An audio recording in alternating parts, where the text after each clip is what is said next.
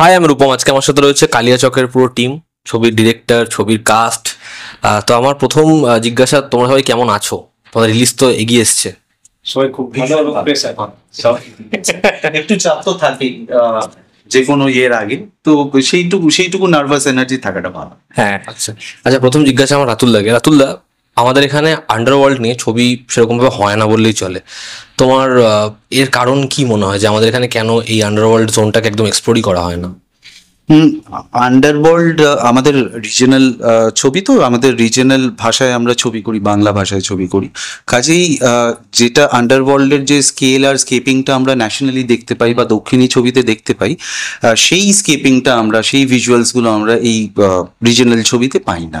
তার একটা প্রধান কারণ হচ্ছে হয়তো আজকাল শহুরের ছবি, শহুরে গল্প মানুষ বেশি বানাচ্ছেন, এটা একটা হতে পারে।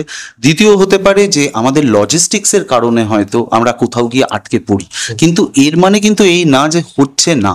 আমরা এই কালিয়াচক চ্যাপ্টার 1 যখন করছিলাম, আমাদের সত্যি মনে হয়েছিল যে ক্রাইম থ্রিলার্স তো আমরা অ্যাজ এ বাংলা অডিয়েন্স তো দেখতে চাইবো। কাজে আমরা শুরু থেকেই সেইভাবেই ডিজাইন করার চেষ্টা করেছি যে আমরা অডিয়েন্স হিসেবে যাতে নিজেরাও দেখে নিজেদেরকে ফেল না করি ছবিটাতে। তো সেই ভাবনা থেকেই এটা একটা এক্সাইটমেন্টের জায়গা ছিল অ্যাজ এ ফিল্ম মেকার আমার, যে এর আগে আমি সব শহুরে ছবি বানিয়েছিলাম। এটা প্রথম একটা রুরাল বেল্টের গল্প। ইনফ্যাক্ট আমি যখন শহুরে ছবি বানানোর পর আমি যখন রুরাল গল্প নিয়ে প্রডিউসার্সদের কাছে অ্যাপ্রোচ করেছি, তারা ভেবেছেন যে না, I should stick to urban stories only. তো কাজে এটা আমার কাছে একটা খুব সুন্দর, দারুণ একটা চ্যালেঞ্জিং জায়গা ছিল, কিভাবে সেখানকার জায়গাটাকে ফুটিয়ে তোলা যায়, সেখানকার ক্রাইম ওয়ার্ল্ডটাকে, সেখানকার যদি কোনো ক্রিমিনাল থাকে সে কেমন ভাবে সে তার জীবনটাকে নিয়ে যাবে, বা তার বডি ল্যাঙ্গুয়েজ কেমন থাকবে। শহুরের লোকের থেকে সেটা সম্পূর্ণ আলাদা। এই ক্ষেত্রে আমাকে অসীম, যেহেতু he is the son of the soil, তো ও আমাকে খুব সাহায্য করেছে আঞ্চলিক ভাষাটাকে ইনকর্পোরেট করতে গল্পের মধ্যে। এবং এটা যে প্রশংসিত হচ্ছে, আমাদের ইউটিউবে গানগুলো বেরিয়েছিল, সেগুলো ট্রেন্ডিং এ চলে গেছিল। আমাদের টিজার্স, ট্রেলার্স সবার খুব ভালো লাগছে। এটা আমাকে ভীষণ স্যাটিসফ্যাকশন দিচ্ছে। তোমাকে আমার জিজ্ঞাসা সেটা হচ্ছে যে আমাদের এখানে ম্যাক্সিমাম মেইন স্ট্রিম কাজে যে ফিমেল লিড হয় তাদের একরকমই চরিত্র দেওয়া হয়, তো ফিমেল লিডদের কেন খুব বেশি স্পেস দেওয়া হয় না? এটা নিয়ে তোমার কি মনে হয়? এই রে, খুব সমস্যার বিষয় এটা। মানে এটাকে কিভাবে উত্তর দেয়া যায়, এই এতগুলো মানে পুরুষ মানুষের মধ্যেখানে বসে আছে। এটা বোধহয় বাংলা সিনেমা এখন যে ধরনের কাজ হচ্ছে তার মধ্যেও কমার্শিয়ালি কিন্তু দেখা যাচ্ছে যে অনেক ফিমেলদেরকেই প্রধান চরিত্র দেওয়া হচ্ছে। বাট ওরমভাবে আলাদা বিভাজন করলে তো আমরা অনেক পিছিয়ে পড়বো। সেই একদম মেসোপটেমিয়ান সিভিলাইজেশন থেকে শুরু করতে হবে, সেটা কোনো লাভ নেই। সেখানে তারাও উন্নত ছিল আমার মনে হয়, ইন্দাস ভ্যালির থেকে উন্নত ছিল। আমরা কোন সিভিলাইজেশনে আছি সেটাকেই ভাবতে হবে। আমরা এখন যে সভ্যতায় দাঁড়িয়ে আছি সেখানে আমার মনে হয় যে নারী পুরুষ সমান সমান, এটা বিভিন্ন গানের কথায়, ছবির গানের কথাতেও এসেছে। আর আমরা প্রত্যাশা করতে পারি যে আগামী দিনে এমনিতে হচ্ছে, কয়েকটা ছবি হচ্ছে, কয়েকটা ছবি মুক্তি পাচ্ছে, কয়েকটা ছবি হয়তো এমনিতেই বন্ধ হয়ে পড়ে থাকছে, সেরকম হয়তো ছবি আসছে না। কিন্তু জানি না, it's a quite debatable question. মানে এটা নিয়ে ডিবেট করা যেতে পারে, এটা যে কোনো মঞ্চে ডিবেটেবল একটা জায়গা। কিন্তু হচ্ছে, মহিলাদের নিয়ে প্রচুর কাজ হচ্ছে, এটা আমি জানি। আচ্ছা আচ্ছা, অসীম, তোমাকে আমার জিজ্ঞাসা, তুমি একজন ইউটিউবার, তুমি একজন ক্রিয়েটার, তারপর এই ছবির দ্বারা তুমি ডেবিউ করছো। তা তোমার এই যেরকম ভাবে তুমি ইউটিউব ভিডিওস বানিয়েছো, যেরকম ভাবে কাজ করেছো, তার থেকে একজন অ্যাক্টর হিসেবে কাজ করাটা কতটা আলাদা এবং ডিফিকাল্ট? পুরোটাই আলাদা। এবং ক্রিয়েটিভ জোন থেকে যদি দেখি তো দুটোই আমার কাছে মানে একই কাজ অ্যাজ অ্যান অ্যাক্টর হিসাবে। বাট ওই টেকনিক্যালি জিনিসগুলো প্রচুর আলাদা। যখন আমরা কন্টেন্ট হয়তো একাও করে নিলাম, 2-3 জনের মধ্যে করে নিলাম, এবং কিন্তু ফিল্মে সেটা পুরোপুরি আলাদা। বড় সেটা, বড় লাইট, অনেকগুলো ক্যারেক্টার্স থাকে, আর্টিস্ট থাকে, টেকনিশিয়ানস, এইগুলো নিয়ে এই এই এই একটা এনভায়রনমেন্টের মধ্যে কাজ করাটা না, মানে বিশাল একটা প্রেসার ক্রিয়েট করেছিল আমার মধ্যে। কিন্তু ওই যে বললাম, একটা মানে পরিবেশ তৈরি হয়ে গেছিল ডিরেক্টর রাতুলদার জন্য। আমাদের যারা আর্টিস্ট রয়েছে, ম্যাম রয়েছে, পার্থদা রয়েছে, আমার বাবা রয়েছে ওই যে ওইদিকে, তাজুদা, ঠিক আছে। তো এনারাকে তো আমি টিভিতে দেখে অভ্যস্ত, সিনেমায় দেখেছি, পার্থদাকে তো আমরা অ্যাজ এ কমেডিয়ান হিসাবে দেখেছি, এবং তাদের সাথে স্ক্রিন শেয়ার করা, কথা বলা, মানে এটা মানে এমন হয়েছিল কি বলবো, যে ভয়ের মধ্যে থেকে মনে হচ্ছে ভালো, মানে বাকিরা বলছে যে ভালো কাজ করে দিয়েছি, পারফর্ম করে দিয়েছি, যে প্রেশারেই তো কখনো মনে হয়নি যে আমি এনাদের সাথে আগে কখনো কাজ করিনি। তো আমার মনে হয়েছিল যে না, এর আগেও কাজ করেছি মনে হচ্ছে। তাই একটা প্রথম টেক দেওয়ার পর একটা আলাদা সেলফ কনফিডেন্স গ্রো করে গেছিল আমার মধ্যে। তো সেটা মানে আমাকে খুব হেল্প করেছিল। আচ্ছা অভিষেক, তুমি এই ছবির এডিটার, আমি যা শুনেছি এই ছবিটার এডিট আগে একবার হয়েছিল, তারপর তুমি ছবিটার এডিট অনেক কিছু চেঞ্জ করো, তো তোমার কখনো মানে সমস্যা হয়নি যে ছবিটা একটা পারসেপশন তৈরি হয়ে গেছে, তারপরে সেটা একবার বদলাচ্ছ, তো তুমি সেটা কিভাবে ভাঙতে পারলে? না, যেটা একটা ফার্স্ট কাট রেডি হয়েছিল সেটাও খারাপ ছিল না, খুবই ভালো, কিন্তু ওটা অন্য একজন করেছিল। হ্যাঁ, তো অ্যাসোসিয়েটেড এডিটর সে তার মতন একটা ভার্সন বানিয়েছিল। এবার রাতুল দাও আমাকে পুরো স্পেসটা ছাড়ে, আমি আমার ভিউ পয়েন্টে সিনেমাটাকে আরেকবার রিক্রিয়েট করি, এবং রাতুল দা এই স্পেসটা আমাকে দিয়েছিল। তারপরে আমরা রাতুলদা আবার আসে, দেখে, তারপর তো আমরা একসাথে একই টেবিলে ঝগড়া করেছি। আবার অ্যাকচুয়ালি ঝগড়াটা খুব কম হয়েছে বলতে গেলে, কোথাও কে সিঙ্ক করেছে আমাদের দুজনের আইডিয়া ভীষণ। তারপর আমরা যে ভার্সনটাকে রেডি করি, এবং তারপর তো ট্রায়াল এন্ড এরর বিভিন্ন প্রসেসের মধ্যে দিয়ে আমরা ছবিটা এডিট করেছি, এবং আলটিমেটলি দুজন যখন স্যাটিসফাই হয়েছি, তারপর বাকিদের এবার দর্শকদের অপেক্ষা। আর তোমার যে ক্যারেক্টারটা এখানে আমরা প্রমোতে যেরকম দেখি, সাধারণত তুমি যেরকম ধরনের মানুষ, তোমার সাথে কথা বললে খুব মনে হয় যে খুব হিউমারাস কথাবার্তা হচ্ছে, এবং তুমি সেরকম ধরনের চরিত্র বহু সময় ধরে করেছো। তো এই যে একটা চরিত্র, যে চরিত্রটার মধ্যে কোনো ফিল্টার নেই, চরিত্রটা এতটা রাগেড, তো এই চরিত্রটা এবং তোমার বাদবাকি করার চরিত্রের মধ্যে কতটা ডিফিকাল্ট? বলি তার আগে কয়েকটা কথা বলিনি। এক, এখানে ওকে প্রশ্ন করা হয়েছিল আন্ডারওয়ার্ল্ড নিয়ে বাংলায় সিনেমা হয় না কেন। সেটা হচ্ছে বেতালকে দেখবে, বেতাল প্যান্টের ওপর জাঙ্গিয়া পড়ে। আমাদের ওয়েস্ট বেঙ্গলে আন্ডার বলে কিছু নেই, সবটাও বাইরে, এখানে আন্ডার বলে কিছু হয় না, সব ওভার। আর দ্বিতীয় প্রশ্ন ছিল নারী কেন্দ্রিক ছবি। অপর্ণা সেন ছাড়া প্রত্যেকে তার বউকে নিয়ে নারী কেন্দ্রিক ছবি করেছেন। ঠগিনী করেছেন তরুণ মজুমদার, রাতুল এটা করেছেন।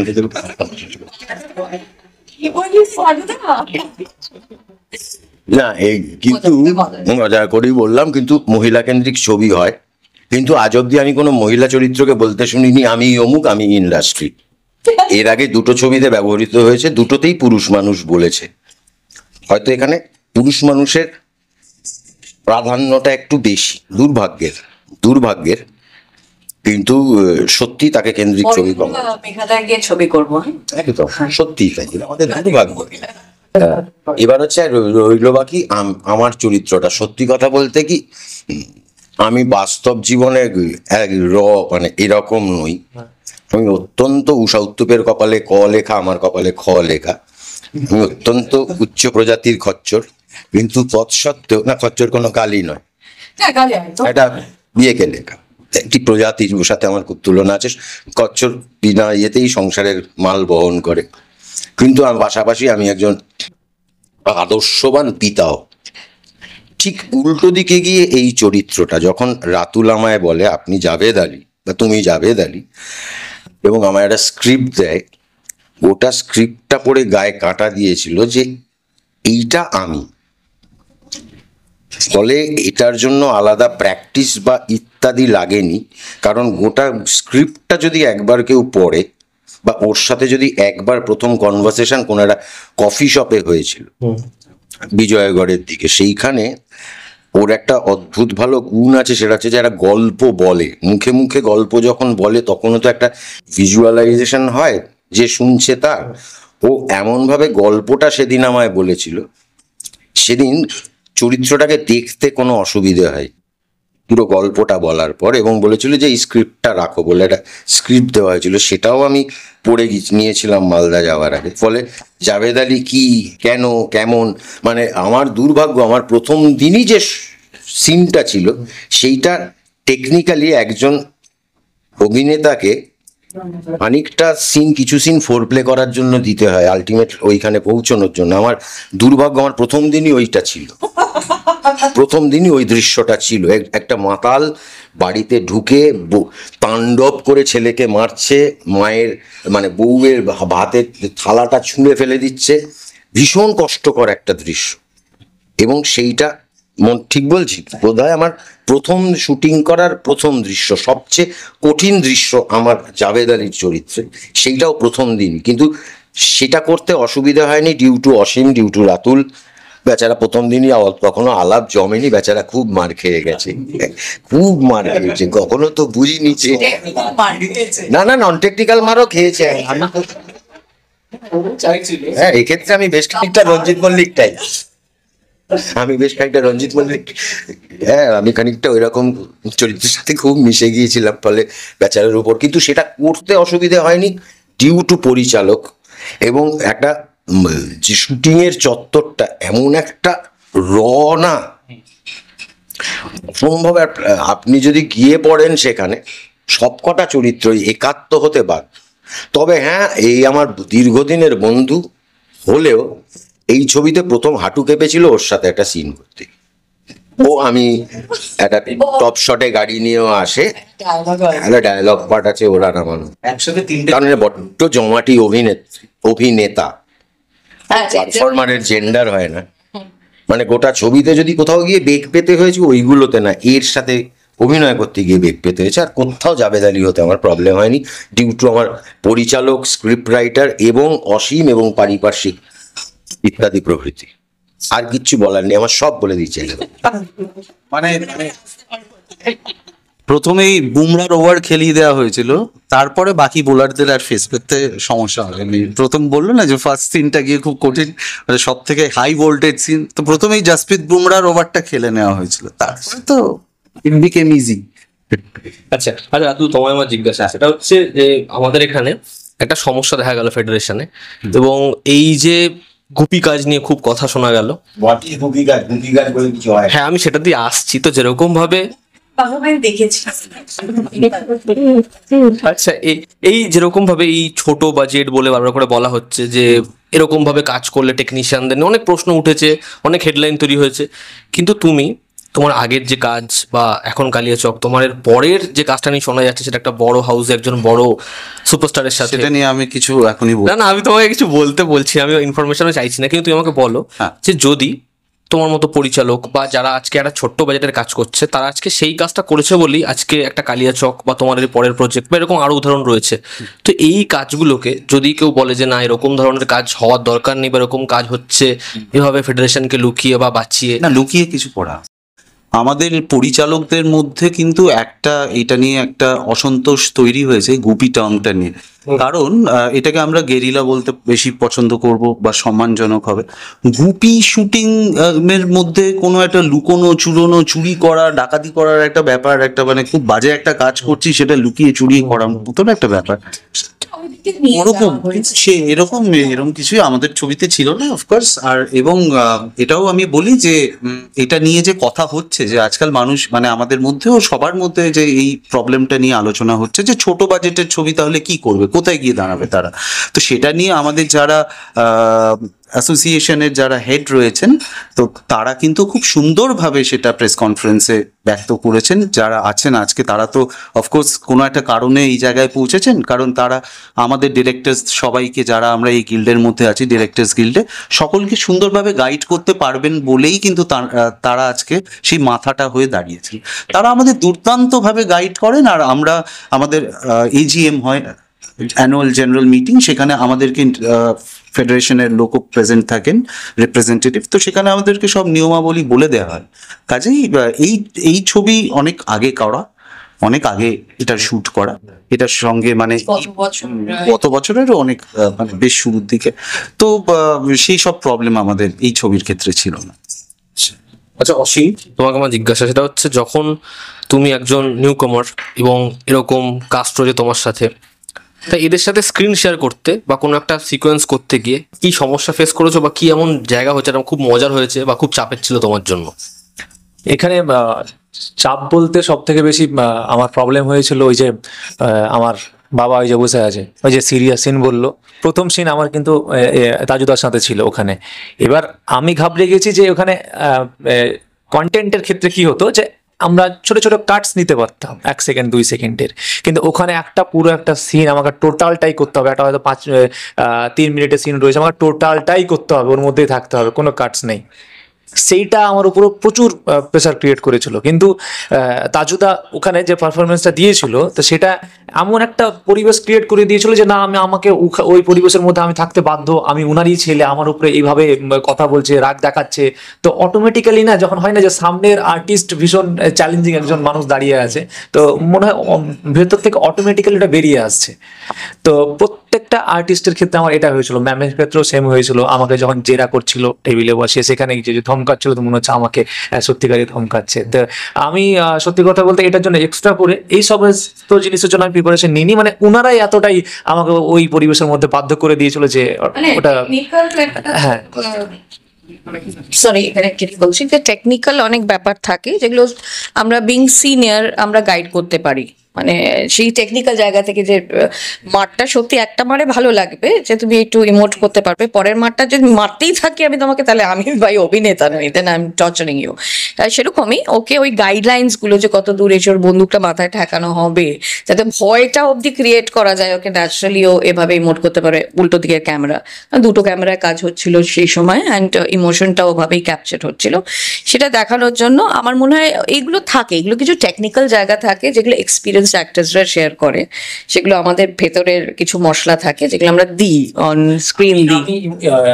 এটাকে মানে ইমোশন ক্রিয়েট করার জন্য আমি একটা জিনিস যেটা করছিলাম, সেটা হলো যে ওই আমি চাইছিলাম না কোথাও যেন কোনো ফলস না যায়, যে থাপ্পড় মারলে যেটা হয়তো মুখের মধ্যে চলে গেল ফলস মারতে, এই জিনিসগুলো খুব লাগে। তো আমি আমার যে মায়ের রোল প্লে করেছেন উনি আমাদের ওখানকার আর্টিস্ট, তো ওনাকে আমি বলেছিলাম যখন ফার্স্ট ডে ছিল, ওরা বলছিল যে আমরা ফলস মেরে দিই, আমি বলেছিলাম না, এটা করা যাবে না, এটা আপনি আমাকে মারুন। তো প্রথমবার হাতে আটা ছিল, ময়দা আটা ছিল, ঠিক আছে, হ্যাঁ, তো ময়দা মাখা ছিল। রাতুলদা বলেছিল যে আমার গালে ছাপ চাই, ঠিক আছে, ওনাকে বলেছিল ময়দাটা ছাপ চাই। তো ওই সিনেমা কি বলতে আমাকে উনি 7 বার চড় মেরেছিলেন জোরে, মানে নর্মাল না, একদম পুরো যতটা শক্তি থাকে মেরেছিল 7 বার। তো তারপরে কিছুক্ষণ আমি এইটাতে মেরেছিল, শুনতে পাচ্ছিলাম মানে ঘুরছিল।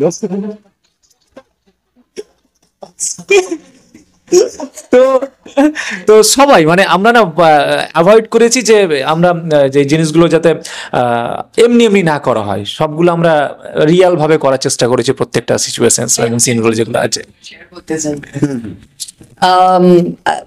পুলিশের পোশাক পরে নিয়েছি, ন্যাচারালি একদম ঢুকে গেছি চরিত্রে। এবার ছিল যে মানে এন্ট্রি নিচ্ছে থানায়, এবার এখন মানুষ আমাকে অন্যভাবে চেনে, সেটাও ভীষণ অথরিটি একটা আছে ক্যারেক্টারে। এবার স্থানীয় মানুষরা যাচ্ছে, আর আমি মানে ডিরেক্টর আমাকে ফোনে বলবে এসো, ডিরেক্টর ফোনে বলবে এসো, এরিয়াল ক্যামেরা ফলো করছে, তারপর একটা টানার শট, যে ভেতরে ঢুকে ওখানে টানা থেকে একদম চলে যাব রুম অব্দি, ওসি রুম অব্দি। তো সেখানে এটা একটা বড় প্রিপারেশন, অ্যান্ড টানা একটা 10 মিনিটের এরকম একটা, তার মধ্যে থেকে ডিরেক্টর যা লাগাবে। এবার এরিয়াল শট হচ্ছে, ড্রোনের শট হচ্ছে, আর পাশে এবার যা হয় আর কি, মুখটা বার করে একটুখানি জানলা থেকে বসে আছি যে যাতে দেখা যায় টেকনিক্যাল জায়গা। এবার অনেক স্থানীয় মানুষরা যাচ্ছে এখান থেকে, হঠাৎ করে এখানে একটা স্কুলকে বানানো হয়েছে একটা পুলিশ স্টেশন। ন্যাচারালি ওরা বলছে এই স্কুলটা চেঞ্জ হয়ে গেল, পুলিশ স্টেশন হয়ে গেল। মানুষ মানে সাধারণ সরল হঠাৎ আমাকে দেখেছে যেতে যেতে, হ্যাঁ, এবার হঠাৎ আমাকে দেখেছে, আমি গাড়িতে বসে আছি, আমি ইনফরমেশন আসবে, ডিরেক্টর বলবেন রোল, আমি যাব। এবার ড্রাইভারকে বলেছি যখনই বলবে ইনস্ট্রাকশন যাবে আমি তোমাকে বলে দেবো চলো। কয়েকজন মানুষ তার মধ্যে যাচ্ছে, মহিলারা পাস করছে, হঠাৎ রূপাঞ্জনাদি যা পুলিশ হয়ে গেল। মানে ভেবে নিয়েছে সত্যি আমি অভিনয় ছেড়ে হয়তো পুলিশ হয়ে গেছি। আমাকে অনেকে জিজ্ঞাসা করেছে, আবার জিজ্ঞেস করছে আপনি ছেড়ে দিয়েছেন অভিনয়, এখন পুলিশ আছে, এখন সত্যি আপনি পুলিশ? আমি না বলতে পারছি না, কারণ শর্ট অলরেডি বলছে যে চলো রেডি রোল। আমরা যখন উপরে ড্রোন ধরা আছে, আসছি বলছি বলে চলে যেতে হয়েছে। সো সুইট, আমাকে স্যালিউটও করেছিল, আমি স্যালিউট। ওখানে আরেকটা মজার বিষয় ছিল, যখন ওই সিনটা শুট হচ্ছিল, তো আমরা ওটা হওয়ার পরে যখন আমরা বাইরে বেরোচ্ছিলাম, তো অনেক পাবলিক ওখানে যাচ্ছে, তো জিজ্ঞাসা করছে আচ্ছা দাদা এখানে কার মার্ডার হয়েছে গো, পুলিশ এখানে এসছে। আমাদের এখানে বাংলা ছবিতে একই রকমের ছবি হচ্ছে, এবং সেটা না শুধুমাত্র কলকাতা শহরের ছবি হয়ে গেছে, বাংলা ছবি মানে শুধু এখন কলকাতা শহরের ছবি। তো এই যে আঞ্চলিক গল্প বলা বা এই চরিত্রগুলোকে নিয়ে গল্প বলা, এটা কতটা ইম্পর্ট্যান্ট? ইম্পর্টেন্ট তো বটেই, কারণ আমরা যদি কলকাতায় বসে কমপ্লেনও করি যে মফস্বলের হল উঠে যাচ্ছে, কিন্তু আমরা শহুরে ছবি বানাই, তাহলে তো দুটো মানে কন্ট্রাডিক্ট করা হচ্ছে না। তো আমাদেরকে এমন গল্প বলতে হবে যাতে শহুরে লোকও ভালোবাসে এবং আমাদের আউটস্কার্টসের লোকেরাও, মফস্বলের লোকেরাও ভালোবাসে, রুরাল বেল্টের লোকেরাও ভালোবাসে।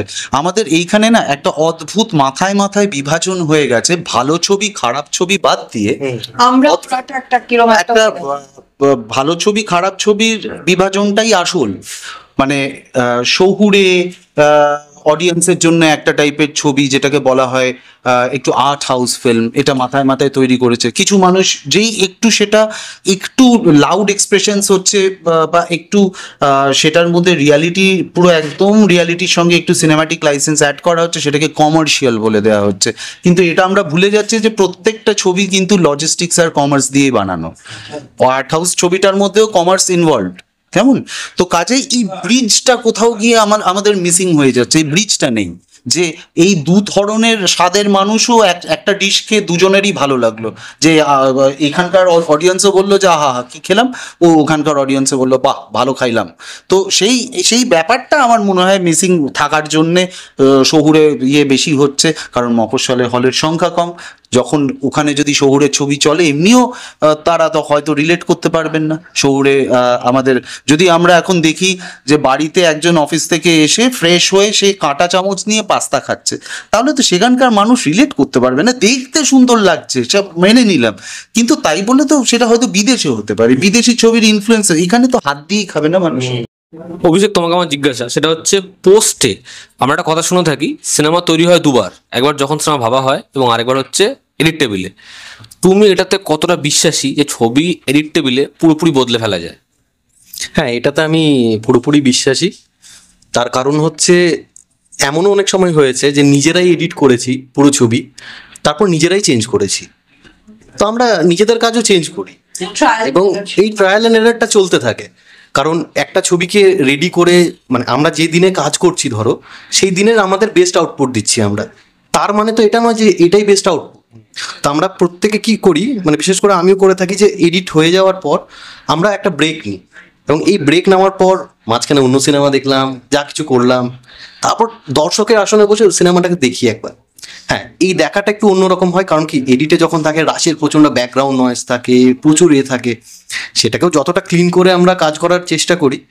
এবং এই এডিটটাকে দেখবার পর মানে আমি যেটা করি, ব্রেকডাউন রেডি করি বিভিন্ন সিন ওয়াইজ, এটাকে লিখে একটা পার্টিকুলার শর্ট ডিভিশন কিছু রেডি করে, এবং তারপর সাফল করে দেখি যে কথার কথা বলছি, ধরো কোনো সিন মনে হচ্ছে না এই জায়গা থেকে শুরু হলে ভালো লাগবে সিনেমাটা, এই জায়গাটা ইন্টারভাল পয়েন্টটা যেন ভালো হয়। কারণ যেভাবে আমরা সিনেমা দেখে অভ্যস্ত, আজকে স্কুল বাঙ্ক করে যখন সিনেমা দেখেছি, যখন এই ইন্ডাস্ট্রিতে আসিনি, ওই হলের মধ্যে মুভমেন্টগুলো গুজবাম দিত, একটা ইন্টারভাল পয়েন্ট, বাইরে বেরিয়েছে আরে পরেরটা কি হলো, তারপর পার্টিকুলার একটা পিক টাইমে যেখানে সাউন্ড সিন করছে, ভিজুয়াল সিন করছে, আর্টিস্টদের অ্যাকশন প্রত্যেকটা সিন করছে, এই মুভমেন্টগুলোকে যতটা চেষ্টা মানে ক্রিয়েট করা যায়, তো এইগুলোর জন্য আমরা যতটা চেষ্টা করার আমরা করেছি আমাদের দিক থেকে। তো এইভাবেই কাজ হয়েছে। আর খুব খুব ভালোভাবে সেটাকে এক্সিকিউট করেছে অভিষেক। ওর নিজস্ব প্রচুর ইনপুট আছে, ছোট ছোট ছোট ছোট ইনপুটের জন্যে ছবিটা একটা অদ্ভুত সেলিব্রাল জায়গায় পৌঁছেছে। মানে এটা তো একটা টিম ওয়ার্ক, আমরা প্রত্যেকেই টিম মেম্বার। আমরা নিজেদের যদি ও যেটা বলছে যে আমি সেই ফ্রিডমটা দিয়েছিলাম, আমি যদি ওকে আটকেই দিই তাহলে আমি ওর স্কিলটা, ওর আর্টিস্টিক স্কিলটা পাবো কি করে? সেটার জন্য তো ওকে একটা মিনিমাম ফ্রিডম আমাকে দিতেই হবে, নয়তো আমি ওর থেকে কি করে বেস্ট আউটপুটটা পাবো। আর আমি ভীষণ খুশি অভিষেকের সঙ্গে এই ছবিতে কাজ করে, এবং আমি ভবিষ্যতেও চাইবো ওর সঙ্গে কাজ করতে। সেন্সিবল, আমরা কথা মানে আমরা ওর সাথে মানে আমার ওর কথাবার্তাও খুব ভালো লাগে, খুব সেন্সিবল, ওর ভীষণ কাজ জানি আর কাজটা অন্যভাবে প্রেজেন্ট করার চেষ্টা করে। সুতরাং আমাদের ট্রেলারটাও এত ইন্টারেস্টিং লাগছে, অ্যান্ড ফিডব্যাকটাও এত, মানে আমাদের কার্টেন রেজারের ফিডব্যাকটাও ভীষণ ভালো, এবং ট্রেলারেও আমরা অনেক জায়গা থেকে যাদেরকে পাঠিয়েছি, আমাদের বন্ধু বান্ধব, স্থানীয় ইন্ডাস্ট্রি সবাই, তারা কিন্তু খুব ভালো ফিডব্যাক দিচ্ছে। Thank you. Thank you. তোমরা অডিয়েন্স আচ্ছা ডিরেক্ট না না, আমাদের মধ্যে সবচেয়ে সিনিয়র রাতুল।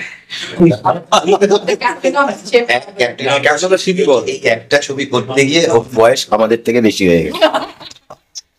অভিজ্ঞতা নতুন এটা যাই হোক, হ্যাঁ অফকোর্স আমাদের অনেক প্রতিকূলতা দিয়ে যেতে হয়েছে, একটা ছবির হয় মাঝে মাঝে হয়, এগুলো হয়, কিন্তু এর বাইরেও বলবো যে প্রত্যেকটা টিম মেম্বার যেভাবে খেটেছে, নিজেদের অবদান রেখেছে, নিজেদের মানে যে ইনস্ট্রাকশনস গুলো পেয়েছিল তার বাইরে গিয়ে, মানে বলে না going out of your way to help a project, সেটা তাজুদাও করেছে, সেটা রূপাঞ্জনাও করেছে, সেটা অসীম করেছে, অভিষেক করেছে, আর সবার উপরে বলবো আমাদের যিনি প্রডিউসার নয়ন রাজ, উনি এত এনার্জেটিক, এত পজিটিভ একজন মানুষ না, উনি মানে কখনো সেই টেনশনটা, মানে যতটা চেষ্টা করেছেন যে টেনশনটা যাতে আমাদের অবধি না পৌঁছায় সেটা চেষ্টা করে গেছেন। কাশ্মীরে গিয়েও টেনশনে পড়ে গেছিলাম আমরা কাশ্মীরে, কারণ নয়নদাই বলেছিল, নন্দাই বলেছিল যে টেনশন নিও না, কারণ তখন হ্যাশট্যাগটা খুব পপুলার হয়ে গেছিল, বয়কট কালিয়াচক চ্যাপ্টার 1। তো তখন সব সংবাদ মাধ্যম থেকে আমার কাছে ফোন আসছিল, এবং আমি যেহেতু নেটওয়ার্কের বাইরে ছিলাম, ওখানে তো এই কাশ্মীরের মধ্যে তো আর কোনো রাজ্যের সিম কার্ড চলে না, ওখানকারই শুধু চলে, কাজেই আমি খালি যখন ওয়াইফাই পাচ্ছি সেইটুকু সময় মানে আমি কমিউনিকেট করতে পারছি। নয়নদা আমায় বলেছিল একদম চিন্তা করো না ভাই, আমি আছি, আমি মানে ঢাল হিসেবে থাকবো, ঠিক এই টার্মটা বলেছিল এবং ছিলেন। দেখুন 2 অগস্ট আসতে চলেছে, আর থিয়েটার রিলিজ হচ্ছে, আইনক্সে প্রিমিয়ার হচ্ছে, এটা আমার মনে হয় নয়নদার নিজের মনের জোর, আর বাকি সবাই আমরা টিম মেম্বারদের সদিচ্ছা, অ্যান্ড অসীম তো অ্যাট্রাক্টই করেছিল, পোস্টার্স গুলো লেগে গেছে একদম, আর তোমাদের ভালোবাসা, এটা তোমরাও যেভাবে সাপোর্ট করছো এই কাজটাকে, we are very glad as a team. Thank you.